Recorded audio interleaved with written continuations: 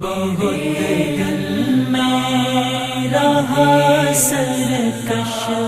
مگر اب ہے پشیمانہ، میں تیرے رکھتا ہوں تیرے در بے مولا اپنی پیشانہ۔ بہت دل میں رہا سرکش مگر اب ہے پشیمانہ، میں تیرے رکھتا ہوں تیرے در بے مولا اپنی پیشانہ۔ نحمدہ ونصلی علی رسولہ الکریم، اما بعد فاعوذ باللہ من الشیطان الرجیم، بسم اللہ الرحمن الرحیم۔ قال اللہ تبارک و تعالی فی کلامہ المجید والفرقان الحمید، الا ان اولیاء اللہ لا خوف علیہم ولا هم یحزنون، صدق اللہ العلی العظیم۔ ناظرین کرام، سلسلہ تصوف کے مسحور کن سلسلے کے ساتھ اور باعث رحمت سلسلے کے ساتھ آج ہم جس شخصیت کا تذکرہ اور ذکر خیر کرنے لگے ہیں وہ بھی تصوف کے افق پر چمکتا ہوا ایک انتہائی اہم ستارہ ہیں، اور چند صفات تو اللہ تعالیٰ نے ان میں ایسی ودیعت رکھی جو کسی اور کے اندر کم ہی ملتی ہیں۔ فن تصوف کے اعتبار سے تو تمام میں یکسانیت ہی ملتی ہے کہ ارادت اور پیر و مرشد والا جو معاملہ ہے وہ ہر ایک میں ایک سا ہی ملتا ہے، لیکن یہاں پر بہت ساری صفات ایسی ہیں جن میں سے چند ایک ہم ذکر کریں گے۔ اللہ تعالیٰ نے ان میں تنہا رکھا ہے، اور وہ صفات آج بھی زندہ ہیں، کیونکہ کہا جاتا ہے کہ اولیاء اللہ کا جو ذکر ہے یہ باعث رحمت ہے، اور اسی رحمت سے ہم بھی یہ دعا کرتے ہیں کہ اللہ تعالیٰ ہمیں بھی وافر حصہ عطا فرمائے اور ان جیسا بننے کی توفیق عطا فرمائے۔ آج جس شخصیت کا ہم تذکرہ کریں گے ان کو ہم اور آپ عبداللہ ابن مبارک رحمۃ اللہ تعالیٰ علیہ کے نام سے جانتے ہیں۔ عبداللہ ابن مبارک نابغہ روزگار شخصیت، عظیم المرتبت شخصیت، اور تصوف کے فن تصوف میں ایک بہت بڑا نام، جس طرح تصوف میں بہت بڑا نام، اسی طرح حدیث اور فقہ میں بھی بہت بڑا نام ہے ان کا۔ ابتدائی حالات سب سے پہلے آتے ہیں نام و نسب۔ آپ کا نام عبداللہ تھا، آپ کے والد گرامی کا نام مبارک تھا، اور آپ کی ولادت جو ہے وہ اس کا سے نبی ذکر کریں گے۔ آپ کے والد گرامی جو تھے مبارک رحمۃ اللہ تعالیٰ علیہ، ایک ترکی امیر کے غلام تھے، اس کے نوکر تھے۔ وہ ترکی امیر جو تھا بہت سارے باغات، بہت ساری املاک، بڑے کھیتوں کا مالک تھا۔ آپ کے ذمے ان تمام کا نظم و نسق تھا، آپ پوری ترتیب سے اس کو چیک کرتے، اور پھلوں کی جتنی بھی معاملات ہیں، لانا لے جانا، ان کی آمدن، یہ سارا کچھ آپ کے ذمے تھا۔ گویا کہ عملی طور پہ تو آپ ہی کا مملوک تھی، وہ ساری چیزیں آپ کی ملکیت میں تھی، لیکن جو حقیقی ملکیتی اعتبار سے تھا وہ ترکی امیر تھا۔ آپ کے کام سے بہت زیادہ متاثر تھا، اس لیے کہ بے انتہا ایماندار تھے، اور کبھی بے ایمانی کی طرف آپ کی جو ہے وہ ذہن نہیں گیا، توجہ نہیں گئی کہ میں یہاں سے اتنا کما لوں، چوری چھپے اتنا نفع لے لوں، یا یوں دھوکے سے مال کما لوں، کبھی آپ کا ذہن نہیں گیا۔ یہی وجہ تھی کہ ترکی امیر آپ سے بہت زیادہ خوش تھا، اور اکثر و بیشتر وہ اپنے گھریلو معاملات آپ سے ڈسکس کرتا، ان پہ آپ مناسب مشورے دیتے، تو وہ اپنی اہلیہ سے جا کے ذکر کرتا، تو وہ اہلیہ بھی اکثر بیشتر معاملات میں اپنے خاوند کو یہ مشورہ دیتی کہ آپ مبارک سے اس کا مشورہ ضرور کیجیے۔ آپ تنومند جوان تھے اور بے انتہا خوبصورت تھے۔ اچانک ایک دن آپ نے دیکھا آپ کا مالک بہت پریشان ہے، اور وہ متفکر ہے، کبھی اس طرف گھوم رہا ہے، کبھی اس طرف چل رہا ہے، تو انداز تفکر سے عیاں ہوا کہ کوئی پریشانی لاحق ہے شاید۔ آپ قریب جا کے ادب احترام سے السلام علیکم کہنے کے بعد گویا ہوئے کہ میں امیر آپ کو بہت دیر سے دیکھ رہا ہوں، شاید آپ پریشان ہیں، آپ کو کوئی خاص قسم کا غم لاحق ہے، کوئی پریشانی لاحق ہے، تو بلا تکلف مجھے بتائیے، اگر میرے بس میں ہوا تو میں اس کو حل کر لوں گا۔ مبارک رحمۃ اللہ علیہ کے کندھے پہ ہاتھ رکھ کے وہ کہنے لگا کہ میں ایک مشورہ لینا چاہتا ہوں، اور بہت زیادہ متفکر ہوں، پریشان ہوں۔ ان کو لے کے ایک باغ میں پہنچے، بیٹھے، تو ترکی امیر کہنے لگا، حضرت مبارک کا جو آقا تھا کہنے لگا مسئلہ یہ ہے، میری بیٹی جوان ہو چکی ہے، اور اس کے لیے بہت سارے رشتے آ رہے ہیں، فلاں امیر، فلاں مالدار، فلاں بزنس مین، اور بہت سارے ایسے نام گنوائے کہ وہ رشتے بھیج رہے ہیں، لیکن پریشانی یہ ہے کہ فیصلہ نہیں کر پا رہا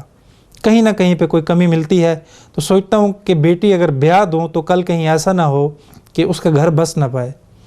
تو اس معاملے میں مجھے پریشانی لاحق ہے، تم کوئی اچھا سا مشورہ دو تاکہ میرا یہ غم ہلکا ہو جائے۔ تو حضرت مبارک رحمۃ اللہ علیہ نے فرمایا کہ اس میں پریشانی کی کیا بات ہے، ہم مسلمان ہیں اور ہمارے سامنے سب سے بڑا جو آئیڈیل ہے، سوانح زندگی ہے، وہ اللہ کے حبیب کی زندگی ہے، محمد عربی صلی اللہ علیہ وسلم کی زندگی ہے، تو اس زندگی کو کوڈ کرنے میں کون سا غم لاحق ہے؟ اللہ کے نبی کی تعلیم تو یہ ہے 4 وجہ سے نکاح کیا جاتا ہے، یا 4 قسم کی عورتوں سے نکاح کرو، ان میں سے جو ترجیح دی تو آپ علیہ السلام نے ترجیح دیتے ہوئے فرمایا فَاظْفُرْ بِذَاتِ الدِّین، کہ مسلمانوں دیندار لڑکی کو ترجیح دینا،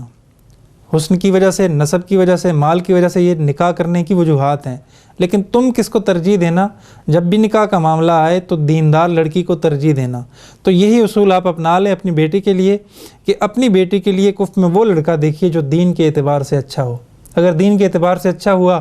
تو بھلے اس میں اور کوئی کمی نکل بھی آئی تو وہ پوری ہو سکتی ہے، لیکن اگر دینی معاملہ نامکمل رہا پھر ساری زندگی وہی مسئلے پیش آئیں گے جن کا آپ کو خدشہ لاحق ہے۔ گھر پہنچے، بیوی سے مشورہ کیا ترکی امیر نے، تو بیوی نے کہا ان تمام صفات پر تو یہ خود مبارک ہی پورا اترتا ہے، تو کیوں نہ مبارک ہی کو بیٹا بنا لیا جائے۔ اب میاں بیوی میں مباحثہ شروع ہوا کہ مبارک کے پاس تو ہے کچھ نہیں، مال نہیں، گھر نہیں، اسباب نہیں۔ خیر فیصلہ اسی بحث پہ آ کے ختم ہوا کہ دینداری تو بہرحال موجود ہے۔ یوں یہ سلسلہ چل پڑا اور آپ کا جو نکاح ہوا وہ اس ترکی امیر کی بیٹی سے ہو گیا۔ اسی بیٹی سے سن 118 ہجری کے اندر حضرت عبداللہ پیدا ہوئے، جن کا پورا نام پھر بعد میں یوں مشہور ہوا عبداللہ ابن مبارک رحمۃ اللہ تعالی علیہ۔ آپ کا جو ابتدائی بچپن تھا وہ ظاہری بات ہے کہ مالداری میں ہی گزرا، کہ وہ ساری کی ساری دولت تو بیٹی لے کر حضرت مبارک کے ساتھ آئی اور مال کی کوئی کمی نہیں تھی۔ تو ایک عجیب حیرت کی بات یہ تھی کہ جتنے متقی، پرہیزگار، اللہ والے حضرت مبارک رحمۃ اللہ تعالی علیہ تھے، حضرت عبداللہ جو تھے یعنی عبداللہ ابن مبارک، یہ اس سے کوسوں دور تھے۔ یہ یوں کہیے کہ بیٹا جو تھا وہ باپ کا بالکل برعکس تھا، یعنی جتنا متقی باپ تھا بیٹا اس سے بہت ہی برعکس تھا، اور یوں کرتے کرتے بچپن سے لڑکپن کی حدود میں داخل ہو گئے۔ پھر جوانی کے قریب پہنچے تو عیش و نشاط اور محفلیں سجانا، راگ و رنگ کی محفلیں جن میں شراب کا دور چل رہا ہے۔ ماں بڑی متفکر رہتی کہ یہ مبارک کی حالت کیسی تھی اور بیٹا آگے کیسا نکلا۔ شاید یہ رب تعالیٰ کی طرف سے تکوینی امر تھا۔ آپ اپنی انہی محافل میں، ایک بڑا باغ تھا، اس باغ کے اندر آپ محافل کرواتے، راگ و رنگ کی محفلیں جمتی، عیش و نشاط کی محفلیں ہوتی، شراب کا دورہ چلتا، اور خود آپ رباب یہ بربت بڑا حسین انداز سے بجایا کرتے۔ 2 واقعات ملتے ہیں آپ کی ہدایت کی طرف کہ اللہ تعالیٰ نے جب رحمت والی تجلی یا ہدایت والی تجلی کی طرف آپ کو متوجہ کیا، وہ 2 قسم کے۔ ایک تو یہ کہ ایک دن اسی طرح راگ و رنگ کی محفل تھی اور آپ بڑے آسن انداز سے وہ ساز بجا رہے تھے، بجاتے بجاتے اس ساز کے اندر سے اچانک آواز آنا بند ہو گئی۔ اب جب آپ نے تو اس کو درست کرنے کی کوشش کی تو یک یہ آیت گونجنے لگی وہاں سے، الم یان للذین آمنوا ان تخشع قلوبہم لذکر اللہ۔ کیا وہ وقت ابھی تک نہیں آیا کہ تمہارے دل رب تعالیٰ کے قرآن کو سن کر اس کی خشیت سے بدل جائیں؟ بہت سارے اور واقعات میں بھی یہ آیت ہمیں ملتی ہے، تو میں یہاں عرض کرتا چلوں کہ یہ ممکن ہے، پاسبل ہو سکتا ہے کہ ایک ہی آیت سے کئی لوگوں کو رب تعالیٰ کی جانب سے ہدایت ملے، جیسا کہ فضیل ابن عیاض کے واقعے میں ہم نے ذکر کیا، وہاں بھی اسی آیت سے ان کی ہدایت کا سبب۔ تو شاید اس آیت کے مضمون میں رب تعالیٰ نے بڑی عجب کیفیات ودیت رکھی ہیں کہ جو جب دل پہ لگتی ہیں تو پھر وہ رب تعالیٰ کا بنا کے ہی چھوڑتی ہیں۔ دوسرا قول یہ ملتا ہے کہ ایک محفل کے اختتام پہ جب آپ وہ سارے جو معمولات تھے وہ کیا کرتے تھے، کرنے کے بعد آپ سو گئے، آنکھ لگ گئی، آپ نے خواب میں دیکھا کہ ایک بڑا خوبصورت باغ ہے اور اس کے اندر ایک محل نما بڑا ایک جبہ سا ہے، اور اس پہ بڑے زبردست مرصع اور بڑے ہیرے جواہرات چمک رہے ہیں۔ آپ باغ کے اندر داخل ہوئے تو دیکھا کہ درختوں پہ مختلف قسم کی چڑیاں اڑ رہی ہیں، بڑی ہی خوبصورت، دلکش۔ ایک چڑیا بالکل آپ کے قریب آ کر بڑے ہی سریلے انداز سے یہی آیت تلاوت کر رہی ہے۔ اب جب آپ کی آنکھ کھلی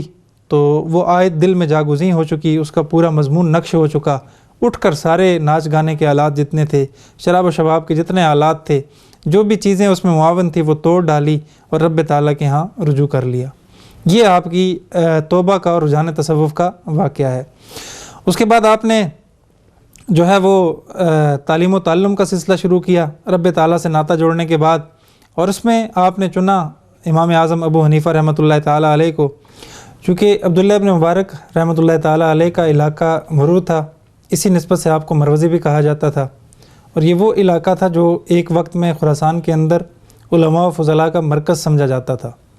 اسی نسبت سے جو دیندار یا جو فضلاء بزرگ وہاں موجود تھے، آپ نے ان سے بھی زانوِ تلمذ طے کیا اور ان سے وہ نسبتیں، وہ مراتب بھی طے کیے، یہاں تک کہ آپ حقیقی عبداللہ ابن مبارک رحمۃ اللہ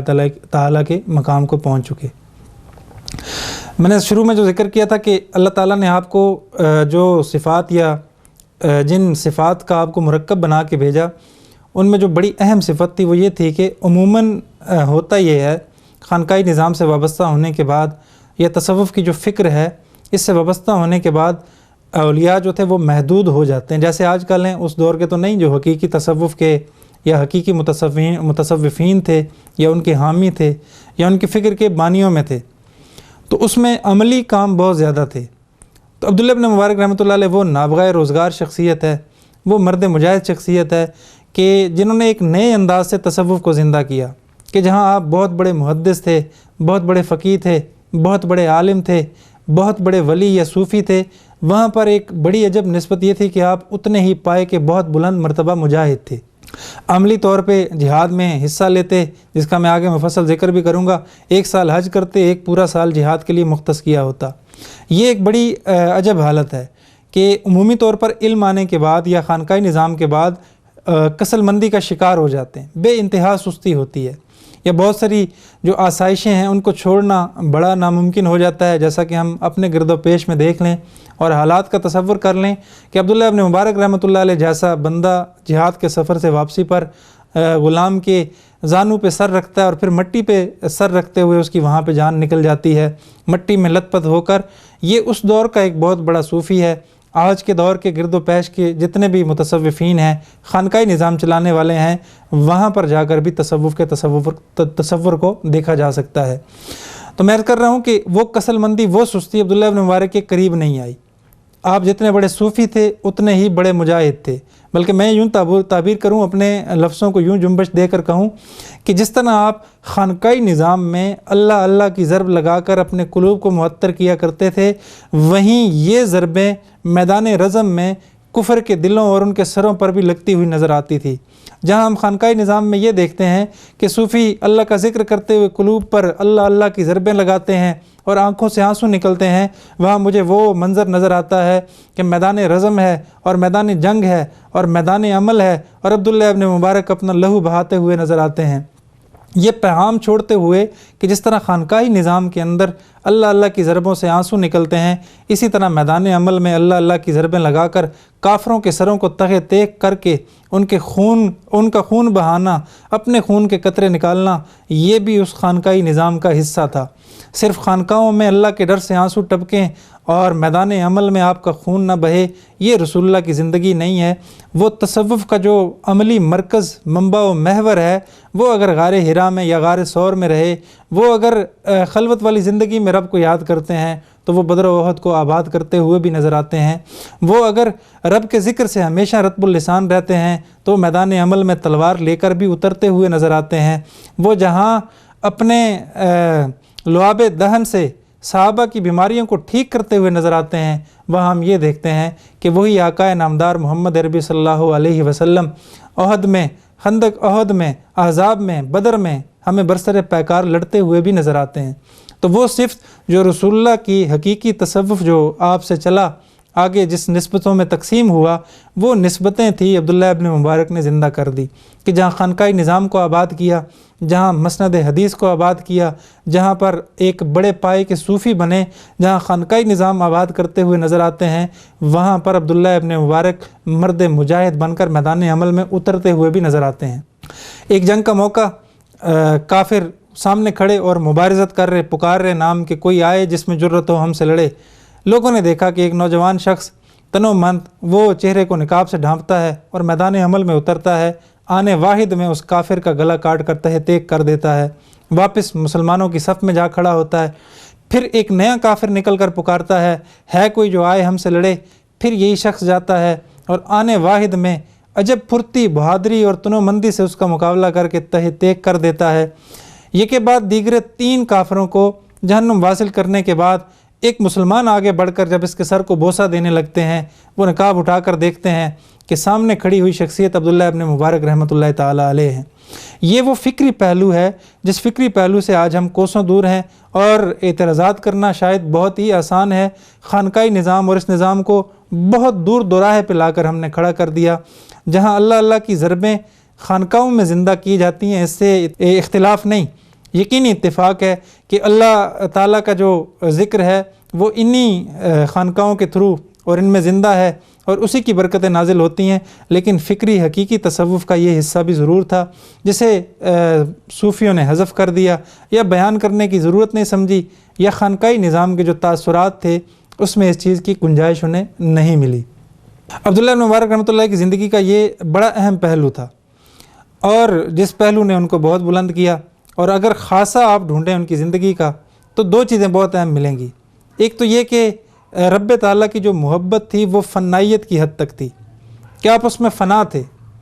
چاہے وہ جہاد کے حوالے سے دیکھیں تو مقصد جہاد میں یہی لکھا ہے کہ اعلاء کلمۃ اللہ، وہاں پر بھی اسلام اور رب تعالیٰ کا نام کا غلغلہ بلند کرنے کے لیے آپ میدان میں اترتے۔ اسی طرح حدیث اور فقہ کے معاملات ہیں، وہاں دیکھتے آپ کا وہی جذبہ تھا۔ یہی جذبہ جو ہے حج کے سفر میں ہوتا۔ اسی جذبے نے آپ کو بڑی تقویت دی اور ایسی عزت دی کہ اگر ہم آپ کو علمی حوالے سے دیکھیں، آپ کا جو تعلیمی نظام ہے، تو عبد الرحمن ابن مہدی رحمۃ اللہ تعالیٰ علیہ اور امام احمد بن حنبل رحمۃ اللہ علیہ جیسے لوگ آپ کے شاگرد ملتے ہیں، اور بڑا اللہ تعالیٰ نے علمی حوالے سے بھی آپ کو مقام دیا۔ کہا جاتا ہے المعاصرۃ المنافرہ، کہ معاصرت جو ہوتی ہے، ہم عصر جو لوگ ہیں ان میں نفرتیں بہت پیدا ہو جاتی ہیں۔ وہ کسی کو اپنے سامنے اٹھتا ہوا نہیں دیکھ پاتے کہ میرے مقابلے میں میرے ہی فن کا یہ شخص اتنی بلندی پہ جا رہا ہے، کیوں جا رہا ہے؟ یہ حسد اور یہ معاصرت جو ہے یہ بڑی بری چیز ہے۔ اللہ تعالیٰ ہمیں، مجھ آپ کو، میرے تمام سننے والوں کو حسد کی بو سے بچائے اور حسد سے اللہ تعالیٰ محفوظ رکھے۔ یہ ایک بڑی عجیب بیماری ہے۔ گناہ تو گناہ ہے، بیماری بھی ہے، انسان ذہنی اور دلی طور پر بہت زیادہ پستی کا شکار ہو جاتا ہے۔ لیکن عجیب میں حالت دیکھتا ہوں کہ مذہبی لوگوں میں جیسے دنیاوی حالات میں ہمیں حسد اور معاصرت کا نشانہ ہم دیکھتے ہیں، لوگ بنتے رہتے ہیں، دینی حوالے سے بھی یہ معاملات پیش آتے رہتے ہیں۔ ہم اگر محدثین کو دیکھیں، فقہا کو دیکھیں تو بعض کے ہمیں اس طرح کے واقعات بھی ملتے ہیں۔ لیکن عجب حالت یہ ہے کہ عبداللہ ابن مبارک وہ عجب پھول ہے کہ اس کے گرد جتنے بھی پھول جمع ہیں مکمل گلدستہ، ہر ایک اس کی تعریف میں ہی رطب اللسان ہے، اور وہ بھی کچھ چھوٹے نام نہیں۔ اگر آپ دیکھیں سفیان ابن عیینہ، ان کے 2 قول بڑے ہی عجیب ملتے ہیں۔ پہلا قول یہ کہ میں نے عبداللہ ابن مبارک کے حالات کو دیکھا اور صحابہ کرام کے حالات سے ان کا کمپیریزن کیا، ملایا، تو مجھے بجز اس فرق کے کہ صحابہ کرام نے نبی علیہ السلام کی صحبت حاصل کی ہے، دیکھا ہے، کوئی اور فرق نہیں ملا کہ جتنے بھی فضائل ہیں وہ اس شخص میں موجود ہیں، سوائے اس کے کہ اس کو صحبت رسول اللہ نہیں ملی۔ سبحان اللہ۔ اسی طرح ابن کثیر رحمۃ اللہ علیہ جیسا شخص کہتا ہے کہ ایک طرف میں دیکھتا ہوں کہ وہ فقہ کا بحر بے کراں، اور ایک طرف دیکھتا ہوں کہ وہ مرد مجاہد میدان میں اترتا ہے، اور ایک طرف دیکھتا ہوں کہ وہ وقت کا بڑا محدث ہے، اور ایک جانب دیکھتا ہوں کہ اس شخص کی صحاوت ایسی ہے کہ وہ لٹاتا چلا جاتا ہے، لٹاتا چلا جاتا ہے، لٹاتا چلا جاتا ہے، اس کو جمع کرنے کا خیال ہی نہیں۔ تو یہ بہت ساری صفات رب نے اس کے اندر جمع کر دی ہیں۔ اسی طرح فضیل ابن عیاض فرماتے ہیں کہ میں نے روئے زمین پر اس جیسا شخص نہیں دیکھا، اور اس کا نائب ڈھونڈنے کی کوشش کی، لیکن کوئی نیابت میں بھی ایسا اہل نہیں ملا جو عبداللہ ابن مبارک کا نائب بن سکتا۔ یوں سفیان ابن عیینہ کبھی کبھی حسرت سے فرمایا کرتے کہ کاش کہ میرا 1 سال جو ہے وہ عبداللہ ابن مبارک جیسا گزر جائے، حالانکہ حالت میری یہ ہے کہ میرے جیسے شخص کا 1 دن بھی عبداللہ جیسا نہیں گزر سکتا۔ یہ بہت بڑی جو معاصر لوگ تھے ان کی زبان سے یہ تعریف ایک بہت بڑی دلیل تھی اس شخص کے لیے، اور اس کی میں تکمیل تو نہیں کہہ سکتا کہ اس کی تکمیل کے لیے، ہاں یہ ضرور ہے مکمل تو وہ پہلے سے تھا ہی تھا، یہ ہے کہ اس کی صفات اس قابل تھی کہ وہ قابل تعریف بن گیا، اور ہم اثر لوگوں نے بھی منافرت کا دامن چھوڑ دیا۔ کہ کسی نے یہ نہیں کہا کہ اس میں یہ کمی تھی، کوتاہی تھی، بلکہ سب نے یہی ضرور کہا کہ یہ شخص مرقع ہے نیکیوں کا، کون سی ایسی نیکی ہے جو یہ شخص نہیں کرتا۔ اور کون سی ایسی نیکی ہے جو اس میں فضیلت میں ہم سے یہ آگے نہیں ہے۔ یہ عبداللہ ابن مبارک کا ایک آپ کہہ لیں کہ ان کی تعریف کے حوالے سے بہت اہم پہلو ہے کہ ہم اثر لوگوں نے ان کی اس انداز سے جو ہے وہ محبت بھرے کلمات ان کے لیے کہے ہیں۔ دوسرا عبداللہ ابن مبارک رحمۃ اللہ علیہ کا جو تجارت کا پہلو ہے وہ بہت زیادہ اہم ہے، اس پہ بہت زیادہ کلام بھی کیا گیا، تحریراً بھی۔ فضیل ابن عیاض رحمۃ اللہ علیہ نے ایک دفعہ آپ سے عرض کی کہ عبداللہ آپ اتنا مال جو ہے وہ خرچ کرتے ہیں مختلف معاملات پر، 1,00,000 درہم سالانہ آپ فقراء پہ خرچ کیا کرتے، پھر حج کا جب بھی سفر ہوتا تو حج کے سارے اخراجات آپ اپنے ذمہ لے لیتے۔ جب لوگوں نے توقف کیا تو پھر ایک نئی صورت آپ نے یہ پیش کی ان کے سامنے کہ تم اپنا سارا مال مجھے دے دو اور میں اس میں سے تھوڑا تھوڑا کر کے خرچ کرتا رہوں گا۔ آپ حج میں وہ سارا مال لے لیتے اور اپنے پلے سے تمام حجاج کا خرچہ برداشت کرتے جو آپ کے ساتھ سفر میں ہوتے۔ وہ یہ سمجھتے کہ ہمارے ہی پیسوں سے ہو رہا ہے۔ جب حج کے تمام انتظامات ختم ہو جاتے، واپس گھر پہنچ جاتے، ہر ایک کو اس کی مطلوبہ رقم پہنچا دیتے اور کہتے میرے لیے دعا کر لینا۔ تو فضیل ابن عیاض عرض کرنے لگے یہ مال آپ کے لیے وبال جان نہ بن جائے، تو فرمانے لگے عبداللہ ابن مبارک رحمۃ اللہ فرماتے ہیں کہ فضیل یہ تجارت میں تم لوگوں کی وجہ سے کر رہا ہوں کہ میری تجارت سے جتنا مال آئے میں تم لوگوں کے گھروں کا چولہا جلا سکوں اور تم لوگوں کی خدمت کر سکوں۔ سبحان اللہ۔ خود اتنے بڑے پائے کے عالم، محدث، فقیہ، ولی کہتے ہیں کہ میں علماء کی خدمت کے لیے صرف تجارت کرتا ہوں تاکہ اس تجارت سے تم لوگوں کی خدمت ہو سکے، اس کے علاوہ بجز میرا اور کوئی بھی مقصد نہیں ہے۔ اسی طرح جب میدان جہاد میں فتوحات ہوتی، مال غنیمت آتا، آپ مال غنیمت میں سے بھی حصہ وصول نہیں کرتے بلکہ وہ بھی بیت المال کے لیے ہدیہ کر دیا کرتے یا فقراء مساکین کے حوالے کر دیتے۔ تو یہ فنائیت والی جو صفت تھی یہ اللہ تعالیٰ کو آپ کی بہت پسند آئی کہ آج ہم ذکر کرتے ہوئے بھی باعث رحمت تصور کرتے ہیں۔ یوں ہی عبداللہ ابن مبارک جو ہیں وہ اسی عزت، منصب اور جو ہے مجاہدانہ شجاعت سے اپنی زندگی گزارتے رہے کہ ایک بار جہاد کے سفر میں آپ کا جانا ہوا، واپسی پر آپ واپس لوٹے، طبیعت خراب ہوئی، مرض الموت کی حالت تھی، خادم نظر نے یہاں پہ آپ کا سر زانو مبارک پہ رکھا اور پھر رونے لگا آنسوؤں سے۔ آپ نے پوچھا نظر کیوں رو رہے ہو؟ تو وہ کہنے لگا جی میں آپ کے لڑکپن، بچپن، جوانی کا عینی شاہد ہوں کہ کتنا مال و دولت اللہ نے آپ کو دیا تھا اور آج آپ کی موت اس حالت میں آ رہی ہے کہ بے آب و گیا صحرا کے اندر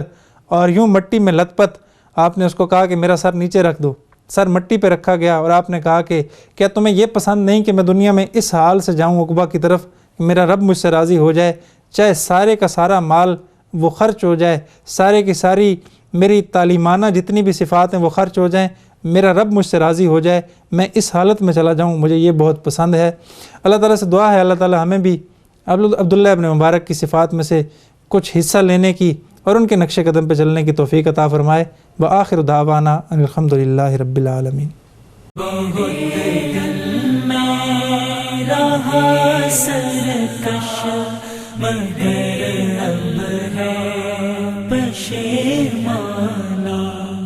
میں پھر رکھتا ہوں تیرے